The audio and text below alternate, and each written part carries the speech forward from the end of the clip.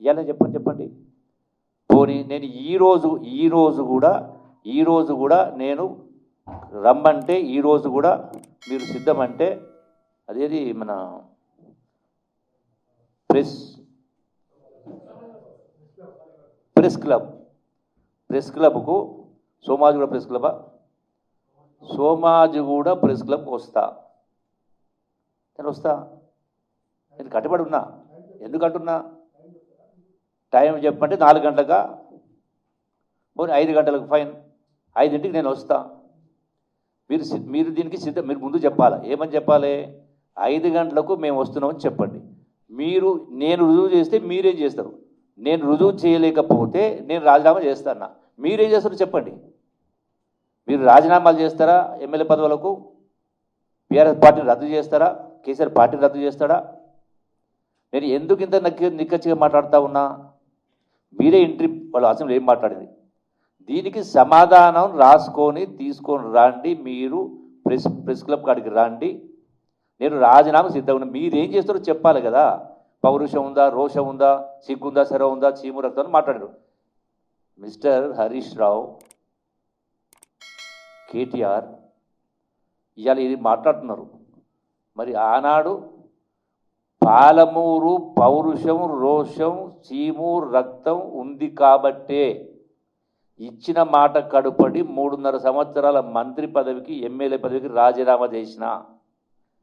ఆనాడు మీరిప్పుడు గొప్పగా చెప్పుకునేటువంటి మీ కుడి భుజాలు, ఎడమ భుజాలు, రైట్ హ్యాండు లెఫ్ట్ హ్యాండ్ అని మాట్లాడుకున్నారు జిల్లా నాయకులు.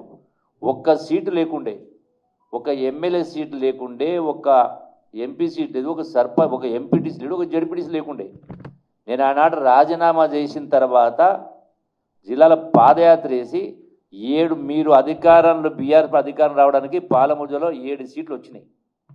మీరు గెలిచింది ఎన్ని సీట్లు? 63. 3 సీట్లు ఎక్కువ వచ్చినాయి. దాని ప్రభావం రాష్ట్ర వ్యాప్తంగా ప్రభావం ఉండింది. మీరు ఇప్పుడు నా చరిత్ర తెలుసుకోండి. నా చరిత్ర తెలుసుకోండి.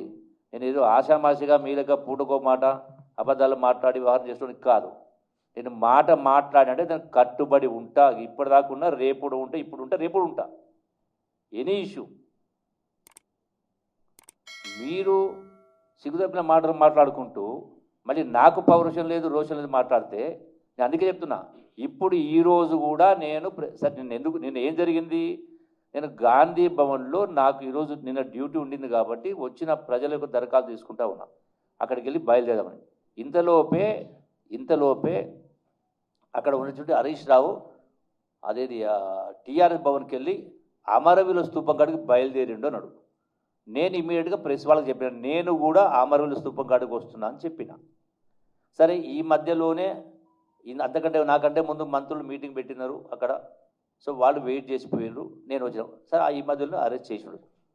సో అది సరే, పోలీసు వాళ్ళు ఎందుకు అరెస్ట్ చేసింది అనేది లా అండ్ ఆర్డర్ ప్రాబ్లం, ఇంకో విషయం తెలియదు.